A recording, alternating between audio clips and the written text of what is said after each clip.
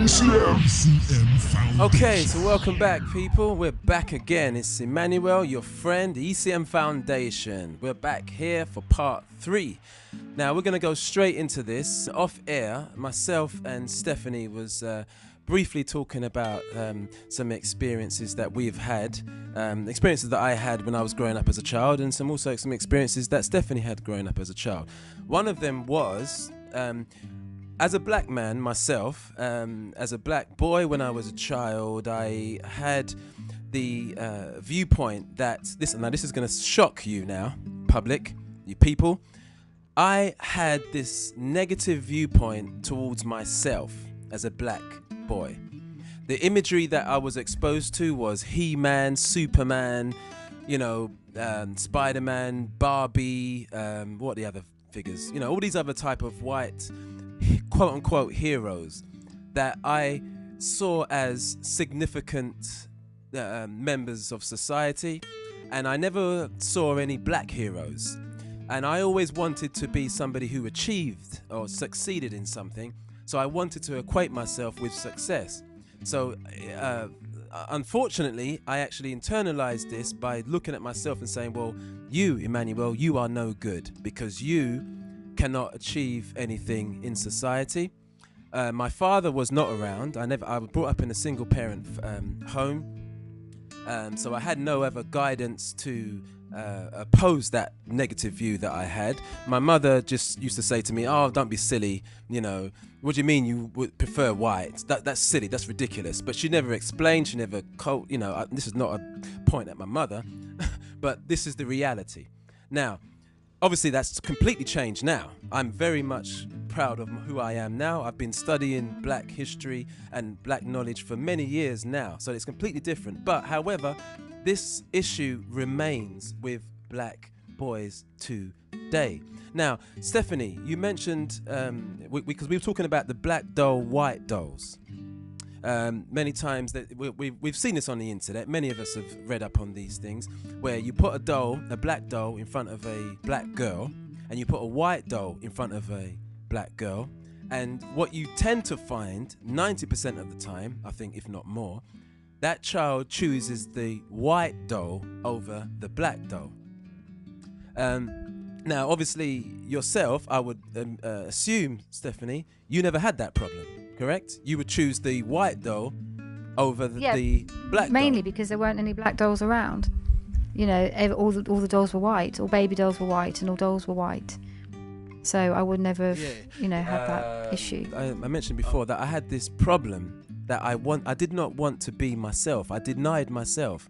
I wanted to be white as a child. I know this sounds really outrageous, but you can see why, right? Yes, I can, because when we were talking off mic, I never actually thought about that before, but that is so true. All the superheroes in the Marvel comics, they're white. I can't name you one black superhero with a cape on. It's Spider-Man and Superman. Oh, you can.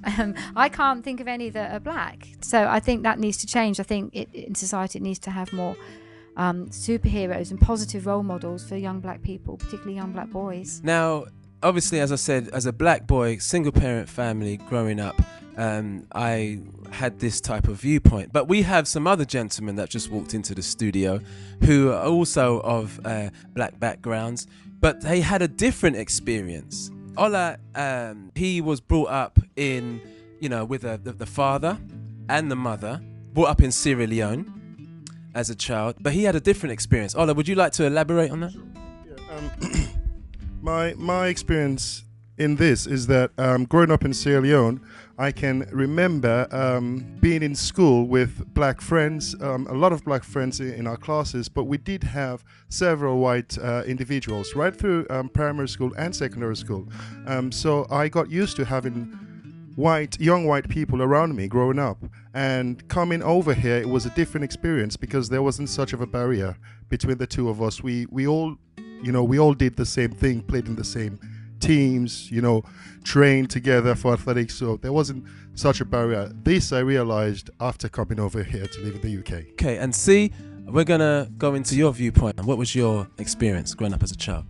Basically, I was the same as Ola. We went to school together, had the same experience, had the same child upbringing and stuff. And I think colour only mattered when we started approaching college years over in England. You start to see a bit of favoritism towards the lighter skin than the darker skin, and especially when you get to you start doing the job hunting thing, or you go on work experience and you see your white friends or your white colleagues getting preferential treatment than you are. Growing up, I was never colour conscious, if I could put it that way. As far as I was concerned, you know, I was just another human being next to me. I think moving to England and saying growing up here a bit sort of opened our eyes to that yeah. One of my things I could always touch back on and say to people, one of my best friends, he's white, I am more educated than him, more experienced, more qualified, yet we set to sit on the same job. Now, I don't know many black men who can say they have his qualifications, his experience, who would actually do what I do in my profession, you know. So that is just is very good at what he does. But if I don't see any black men in that profession, and I am doing what I do, I see a lot of white people around doing that. Can I ask a question of you? Do you not feel though that when you've got a figure like a massive international icon like Michael Jackson, that is almost, he's got to the point of wealth where he's almost thinking, I've got so much money I can now afford to be white, where he was skin bleaching his black natural African hair, he was having it lacquered so it was like more like westernized. His nose, which traditionally is more splayed in the African culture, he had altered to the point where he was trying to turn himself into a white man. Does that not seem sad to you, that is an icon figure? What message is he sending out? That, oh, you get enough money, you know, white is more beautiful, white is more desirable. That's really kind of a worrying thing, I think. To clarify though, let's just set the record straight. There was one thing that with Michael Jackson, it was a vitiligo, I think. The word is that he didn't actually bleach his skin, but he did have a skin disorder. But the nose thing, he admitted himself in his book that he did do the nose operation. And what else did he do? I think it was the eyes, his chin. That was it. His chin. He did operate on his chin. So a European image. He did adapt that European image, partly, you know, consciously, and partly because of the disease. But the point still remains that you raised. To be fair, Michael Jackson is seen to me as a musical icon. I do not aspire, or I'm not inspired by him in any way. Not because of him bleaching his skin condition or his changes and all that. Personally, I enjoyed his music. He was absolutely fantastic for who he was, but he wasn't a role model for me. You know, I think we as black people have to generate our role models. We have to find people in the community who we can aspire to. I do have people who I look up to and say, look, these guys inspire me, or I aspire to become them, you know. However, using pop figures and popular icons, music personalities don't always suit my preference as role models. The white community look to see to them as prominent black people because of their success in music, but I don't think black people relate that way to them, you know, as icons. You know, that's the difference, because we look at them, we know they're musicians, they're singers, they're very popular, they're very successful, but with regard to looking at them as mentors and icons, I don't think the black community actually does. Ola, do you want to tie up this last point? I think Seal made a good point about not looking to musicians. Probably that's where we go wrong as in society. If we consider the musicians, I can think of Britney Spears, you know, or Madonna. Even, you know, if we consider what they've done, let's go to Pharrell and what is this music that came out, bloodlines, you know.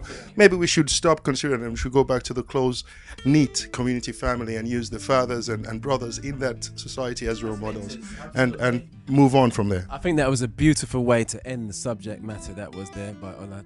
Yes, we need to look back towards that family knit group, the positive role models that exist within the black communities, father, mother, because they do exist. They are these family groups, and but yeah, unfortunately we've run out of time.